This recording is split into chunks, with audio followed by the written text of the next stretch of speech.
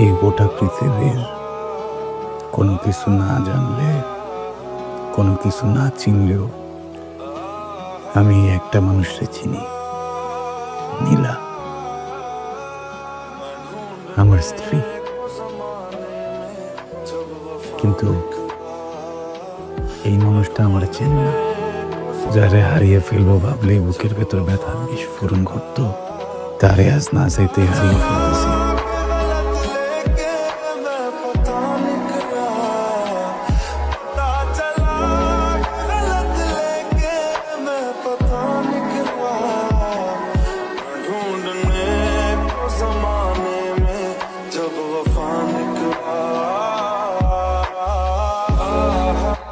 দেখ দেখ, আমাদের কলেজের গ্রুপে কে যেন তোর ভিডিও ভাইরাল করে দিছে।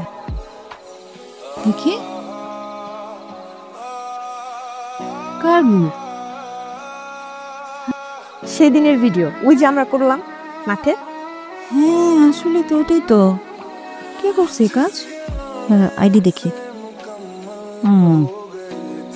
একদম ভাইরাল হয়ে গেছে।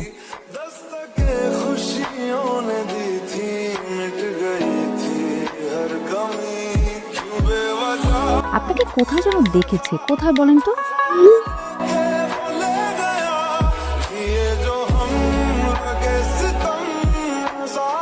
যেখানে ভালোবাসা বিক্রি হয়।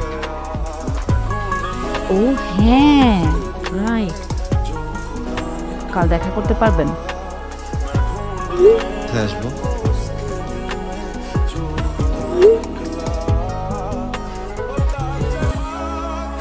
কথা বলো না কেন, চুপ করে আছো কেন? নতুন বউ নাকি তুমি? ও আচ্ছা, বুঝতে পেরেছি। আমার দিকে তাকালে যদি প্রেম হয়ে যায় সেজন্য তাকাচ্ছ না।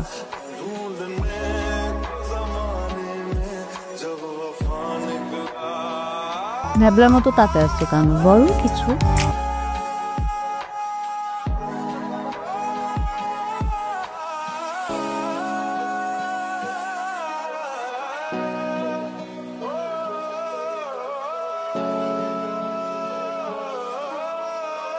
ইচ্ছা হয় আমাকে কেউ ভালোবাসে, এরকম খোলা মাঠে বট গাছের নিচে হাঁটু গেড়ে বসে আমাকে কেউ প্রপোজ করে চিৎকার করে বলুক, হে পৃথিবী দেখো আমি এই মেয়েটার প্রেমে পড়েছি। ব্যাপারটা অনেক সুন্দর হবে না? বলো না, একদমই না। কেমন যেন বাস্তবতার সাথে কোনো মিলই নেই। কালকে কাজ আছে, কাজ না থাকলে একটা জায়গায় নিয়ে যেতাম।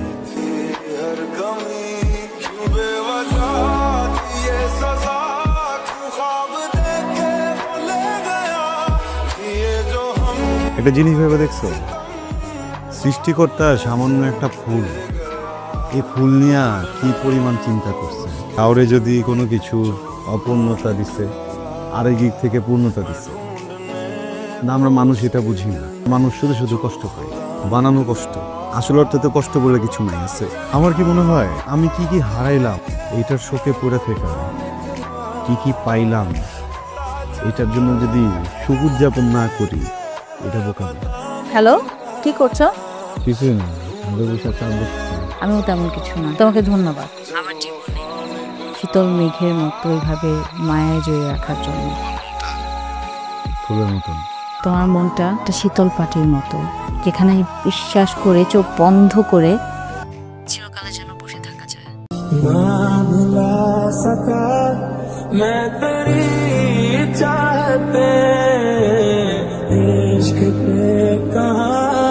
बस किसी का चले। পৃথিবী দেখো, আমি এই সুন্দর মেয়েটার প্রেমে পড়েছি।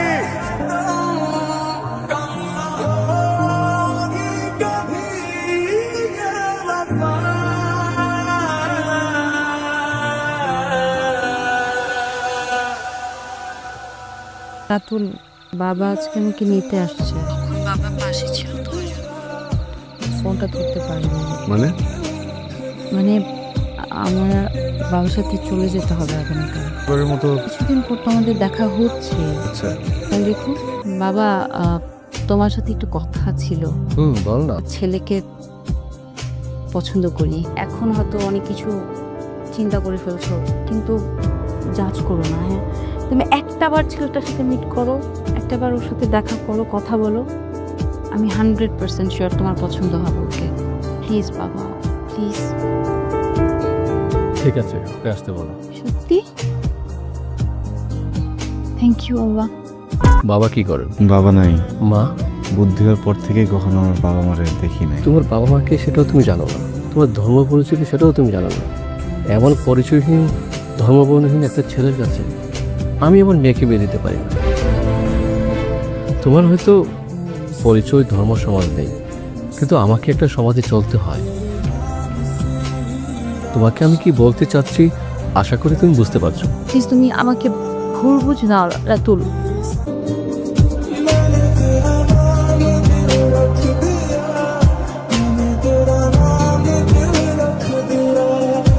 কোথায় গেলি মা? আসছি বাবা।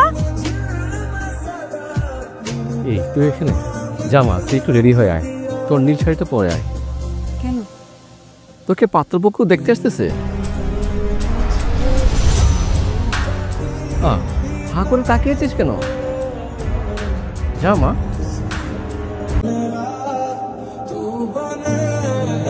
আপনি তো জানেন যে ছোটবেলা থেকে ওর ব্রেনে একটা সমস্যা ছিল।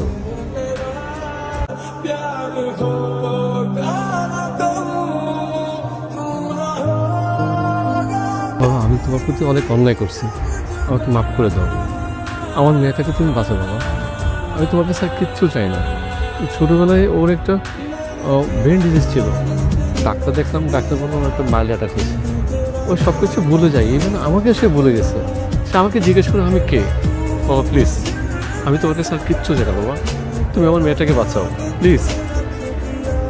তুমি যেই অভিনয় করছো, বাবা তো ভয়ে আমার কি বলে জানো, আমার বলে যে মাফ চাই।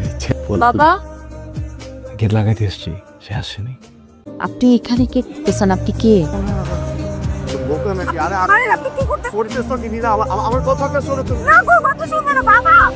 গোটা পৃথিবী না জানলেও নীলা